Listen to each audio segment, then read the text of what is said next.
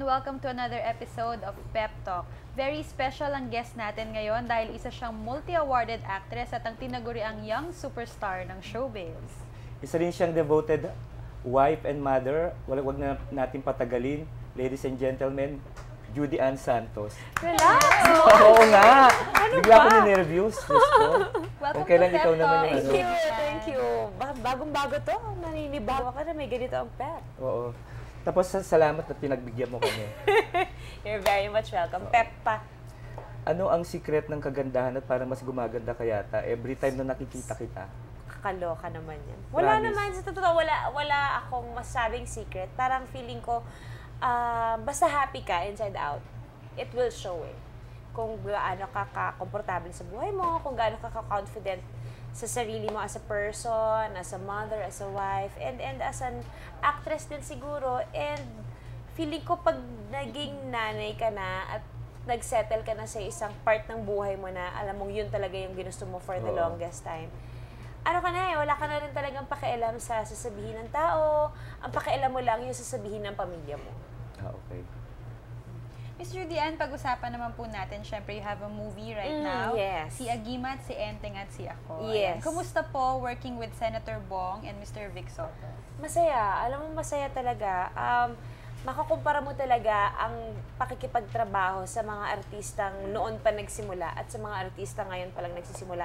They're very professional, very grounded, napaka-humble na mga tao. At saka, parang, alam mo yung parang matagal na talaga kayo magkakakilala, tapos kung magbiroan kayo, ganun-ganun na lang. Masaya lang siya, walang pressure. Pero syempre, nung first shooting day, nandun yung natetense ako, kinakabahan ako, ninervyos ako. Kasi, syempre, di ba, parang dalawang pinakamalaking artista. Naisip mo ba na parang mas malaki yung pressure?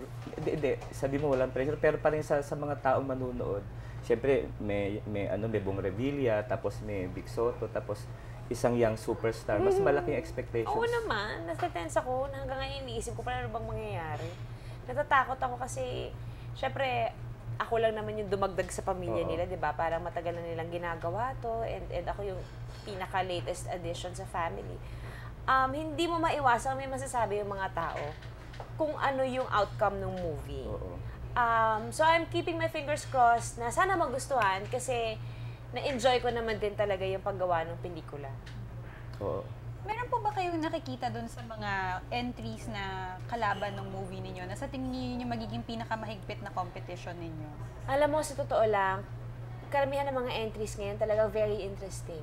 Yung shake lang mismo, pag pinaparood mo yung trailer, di ba, parang napakatindi din ng effects nila, ang ganda ng cinematography. Same goes with Sister Akas, big casting and very fun movie. Ang mga tao talaga ngayon, gusto nila yung palagi silang, alam mo yung walang humpay na tawa, yun yung gusto nila. Tapos meron kang El Presidente na alam mong kapag kagaling sa production ni ER, talagang maganda talaga. Nakita naman natin yung trabaho niya last year. Epic all-star cast din.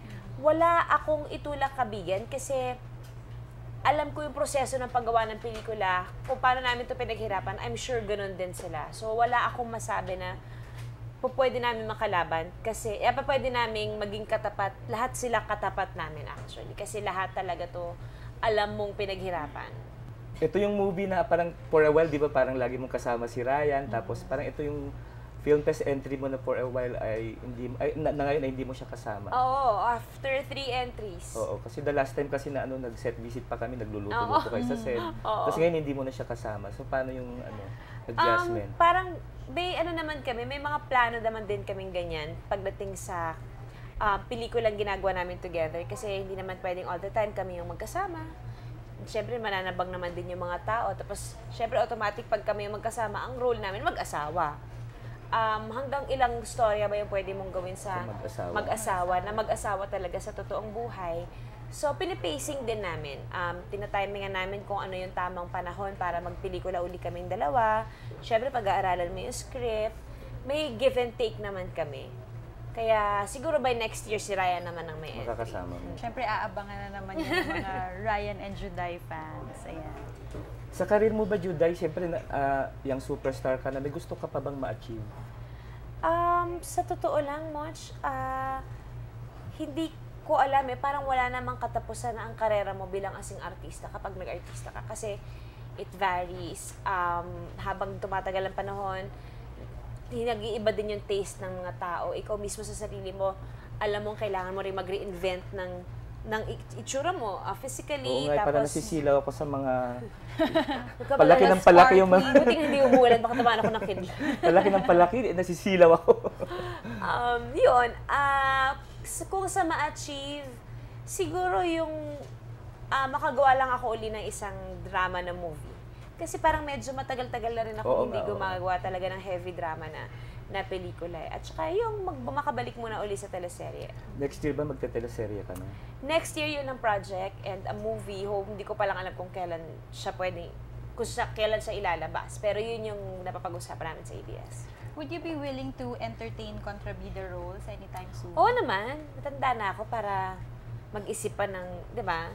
Ibig sabihin, hindi sa lahat ng pagkakataon, pwede kang maging bida or pwede kang maging api-apihan. Pwede naman bida na kontrabida. Paano mo mailalabas yung talent mo sa acting kung nakakulong ka lang sa ganitong klaseng mga papel?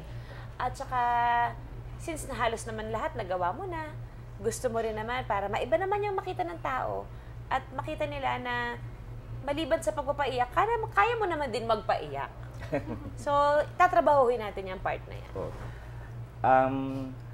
Paano mo nababalanse ang iyong pamilya at career? Pero bago mo sagutin yan, ninenervyos pa rin ako. Bago mo sagutin yan, magbabalik po ang Pep Talk Pepstars. Kami naman ni Rai, isang taon, we make it a point to travel at least twice a year ng kaming dalawa lang.